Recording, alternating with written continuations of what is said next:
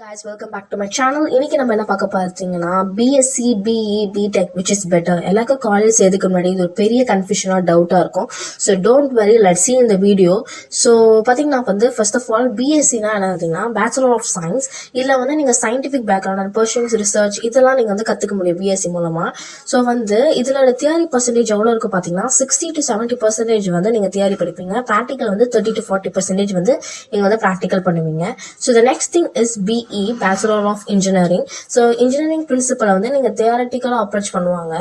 வந்து சில காலேஜஸ்ல வந்து ப்ராக்டிக்கல் வந்து கொஞ்சம் நல்லா பெர்ஃபார்ம் பண்ணுவாங்க. சில நம்ம காலேஜ் சேர்ந்த பொறுத்து இருக்கு. அதுவும் இல்லை பார்த்தீங்கன்னா நம்ம பொதுவாகவே தியரி வந்து 70 to 80% வந்து நீங்கள் தியரி படிக்கிற மாதிரி இருக்கும். ப்ராக்டிக்கல் வந்து 20% to 30% நீங்கள் படிக்கிற மாதிரி இருக்கும்.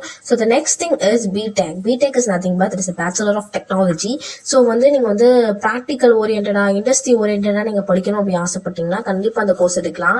இதுல வந்து தியரி வந்து எவ்வளவு இருக்கும் பாத்தீங்கன்னா 60 to 70% கிட்ட இருக்கும். ப்ராக்டிக்கல் வந்து பாத்தீங்கன்னா 30 to 40% கிட்ட இருக்கும் உங்களுக்கு.